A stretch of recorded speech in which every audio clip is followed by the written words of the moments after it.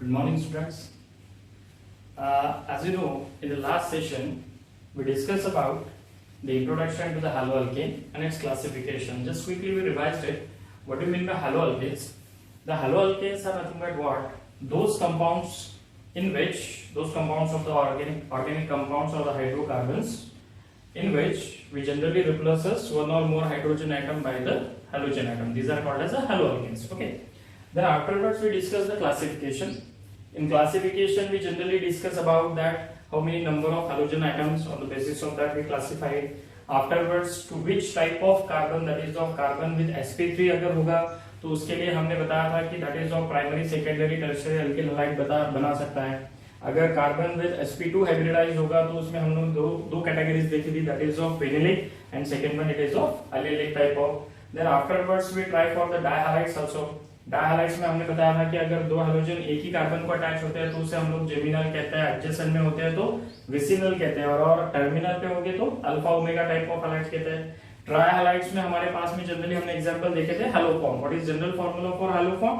CHX3. Okay, so that is of haloform. Then tetrahalides में हमने एक एग्जांपल देखा था, दैट इज कार्बन टेट्राक्लोराइड, या फिर उसको हमने नाम दिया था IUPAC सिस्टम के हिसाब से, दैट इज ऑफ टेट्राफ्लोरोमीथेन. ठीक है. और एक चीज हमने उसमें डिस्कस की थी क्लासिफिकेशन में, जब हमारे पास में हेलो अरीन्स होते हैं, जैसे कि बेंजीन है, तो बेंजीन में जब हमने एक हाइड्रोजन को रिप्लेस कर लिया था by the halogen, we generally called it as a halobenzene like this. लेकिन हमारे पास में और एक कंपाउंड था जिसमें हमने साइड चेन पे हैलोजन को अटैच कर लिया था. जैसे ये बेंजीन है और ये बेंजीन में ये साइड चेन है, इसे हमने कौन सा ग्रुप कहा था? बेंजील ग्रुप कहा था. और बेंजील ग्रुप को अगर मैं हैलोजन अटैच कर देता हूं तो that is called as a benzylic type of halide. ठीक है. और इसमें हमने फिर से कितने पर्टिकुलर टाइप्स बताए थे? On the basis of this carbon which is of in which hybridization? sp3. तो इसमें हमने बताया था प्राइमरी भी बन सकता है, सेकेंडरी भी बन सकता है और टर्शियरी भी बन सकता है ना. तो ये पूरा का पूरा क्लासिफिकेशन हमने उस वक्त देखा था. चलो ठीक है, आज हम लोग डिस्कस करने वाले हैं दैट इज कि जब पर्टिकुलरली हैलोजन कार्बन के साथ में अटैच होता है, क्योंकि if we really discuss about the halogen, the halogens are of two type, that is the halogens are of containing the four elements, that is of fluorine, chlorine, bromine, iodine. ठीक है. ये generally हम लोग discuss करते हैं, एस्टाटाइन भी होता है उसमें, लेकिन वो रेडियो एक्टिव एलिमेंट होने के कारण हम लोग उसमें ये डिस्कशन में नहीं लेंगे. ठीक है.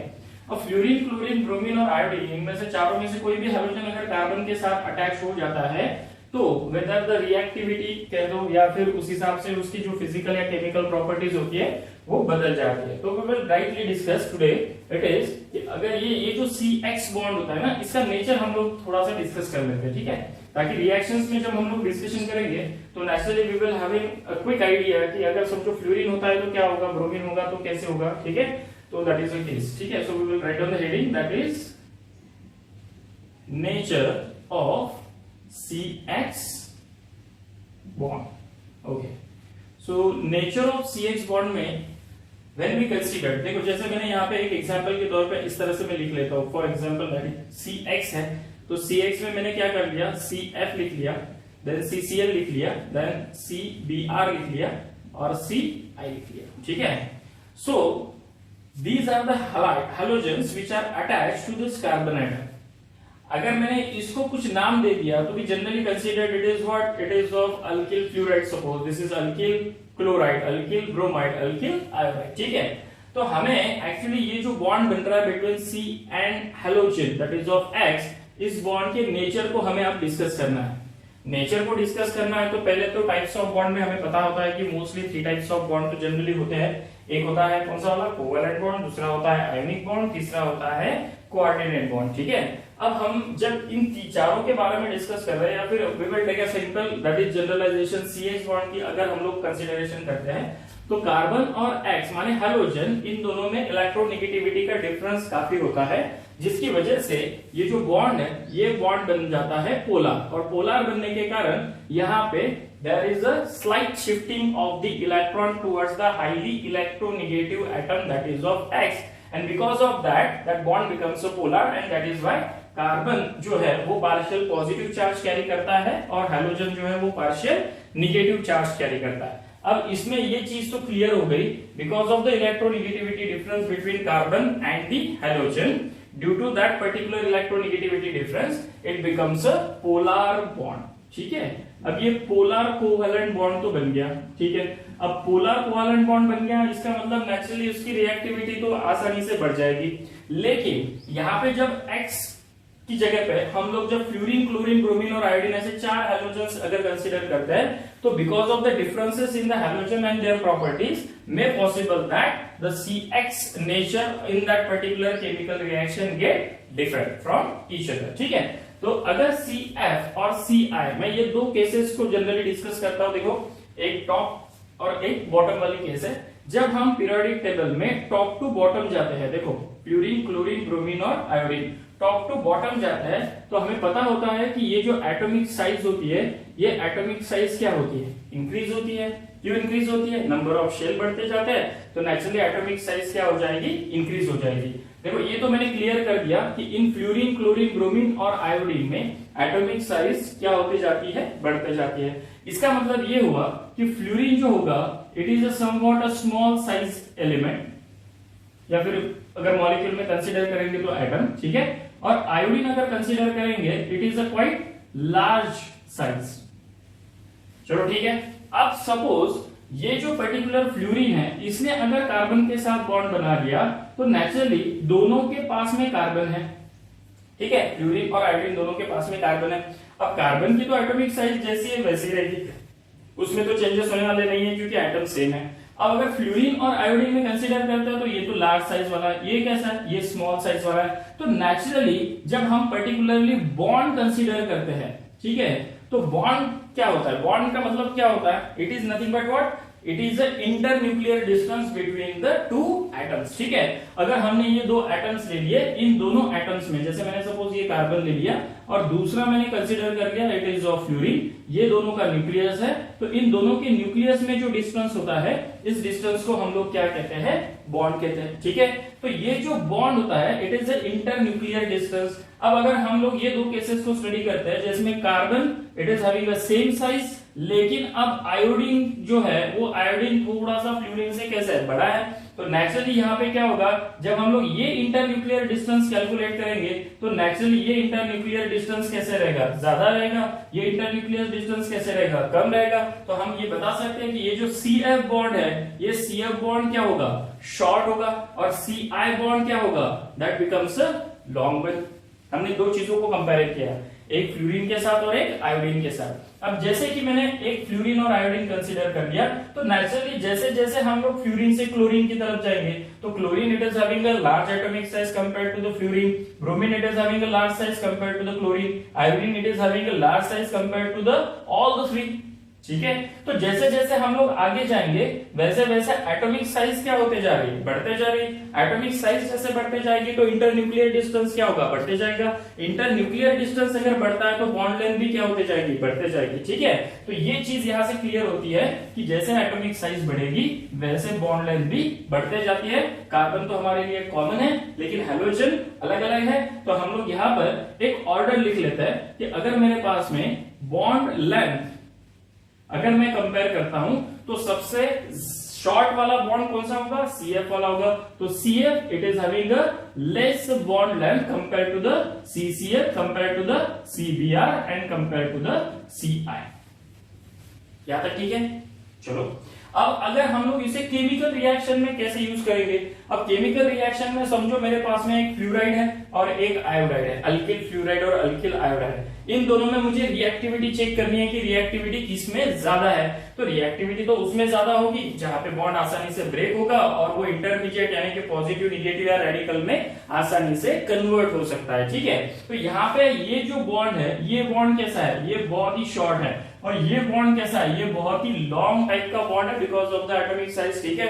तो इसका मतलब ये हुआ कि शॉर्ट बॉन्ड और लॉन्ग बॉन्ड, इन दोनों में अगर हम ब्रेकिंग करते हैं, तो ब्रेकिंग करते वक्त ये जो शॉर्ट बॉन्ड होगा, ये शॉर्ट बॉन्ड में, जैसे मैं CF और CI लिख लेता हूं, तो CF और CI में ये जो शॉर्ट बॉन्ड है, तो शॉर्ट बॉन्ड को लगने वाली जो बॉन्ड डिसोसिएशन एनर्जी होगी, देखो डिसोसिएशन एनर्जी जो है, ये एनर्जी यहां पे बहुत ज्यादा लगने वाली है। It requires a very high bond dissociation energy, and compared to that in CI it requires a very less bond dissociation energy. ये ठीक है। चलो मैं एक एग्जांपल बताता हूं आपको। देखो कंपेयर करो, थोड़ा सा ऑब्जर्व करो। ये मेरे पास में दो बॉन्ड्स है, ठीक है। एक बहुत ही शॉर्ट टाइप का बॉन्ड है और एक लॉन्ग टाइप का। नेचुरली ये शॉर्ट टाइप का बॉन्ड किसमें होगा?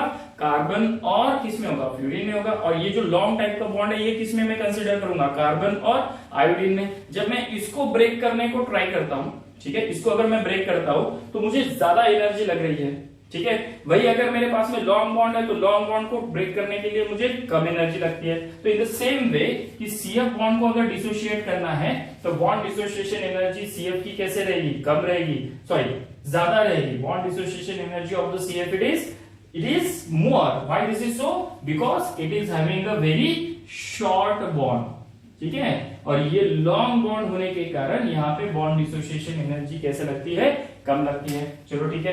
अब अगर शॉर्ट बॉन्ड है, बॉन्ड डिसोसिएशन एनर्जी ज्यादा लगती है, तो नेचुरली बॉन्ड डिसोशिएट मतलब ब्रेक करने के लिए लगने वाली एनर्जी अगर ज्यादा है तो ये आसानी से ये कैटायन या एनायन या फिर रेडिकल में यानी कि डिसोशिएट नहीं होगा।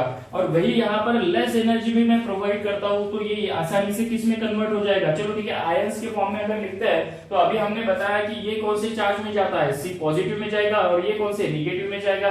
तो यहाँ पे क्या बन सकता है? आसानी से C पॉजिटिव और आयोडीन निगेटिव में कन्वर्ट हो सकता है, ठीक है। तो इसका मतलब ये हुआ कि जिसमें बॉन्ड आसानी से ब्रेक होगा वो ज्यादा रिएक्टिव हो सकता है, ठीक है।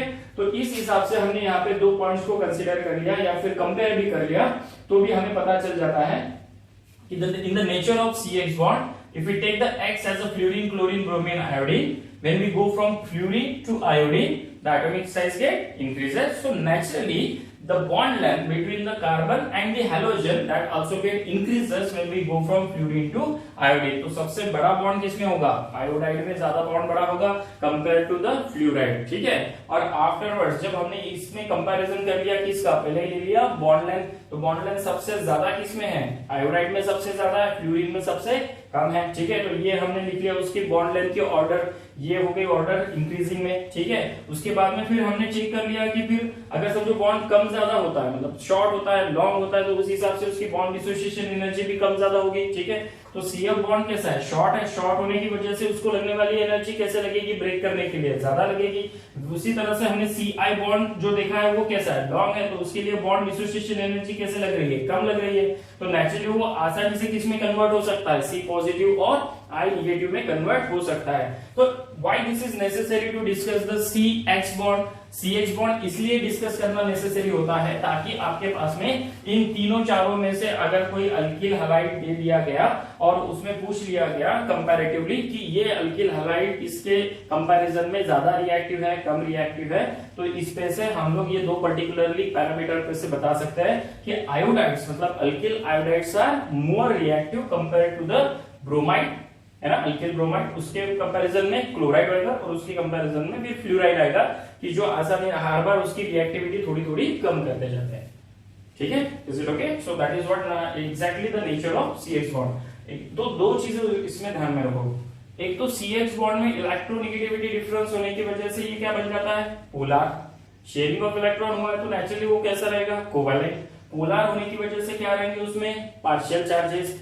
ज्यादा इलेक्ट्रोनेगेटिव वाला जो एटम रहेगा उस पे कौन सा चार्ज आएगा? निगेटिव, और कम वाले पे positive. So that carries a partial positive and partial negative charges. यहाँ पर जब हम लोग हैलाइड्स को कंपेयर करते हैं तो यहाँ पे हम लोगों ने दो चीजों को कंपेयर कर दिया, बॉन्ड लेंथ और बॉन्ड डिसोसिएशन। जिसका बॉन्ड लेंथ कम होगा उसे ब्रेक करने के लिए एनर्जी ज्यादा लगने वाली है, जिसका बॉन्ड लेंथ ज्यादा होगा तो उसे बॉन्ड डिसोशिएट करने के लिए लगने वाली एनर्जी कम होगी। यहाँ पर CF का बॉन्ड कैसा है? शॉर्ट है, तो बॉन्ड डिसोसिएशन एनर्जी ज्यादा लगने वाली है। अगर समझो बॉन्ड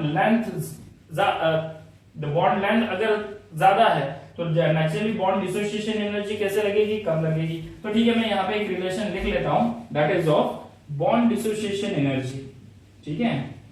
कैसे लिख सकते हैं हम लोग? देखो इसको, bond dissociation energy is directly और इनवर्सली, है ना। देखो लॉन्ग बॉन्ड है तो लेस एनर्जी लगने वाली है, तो क्या हो रहा है? इनवर्सली प्रोपोर्शनल जा रहा है, तो naturally it will goes with like this, that is called as a bond length, ठीक है। तो ये रिलेशन हमने ये यहां पर बता दिया, कौन सा वाला? Bond dissociation energy is inversely proportional to the bond length. Is it okay? ठीक है, फाइन।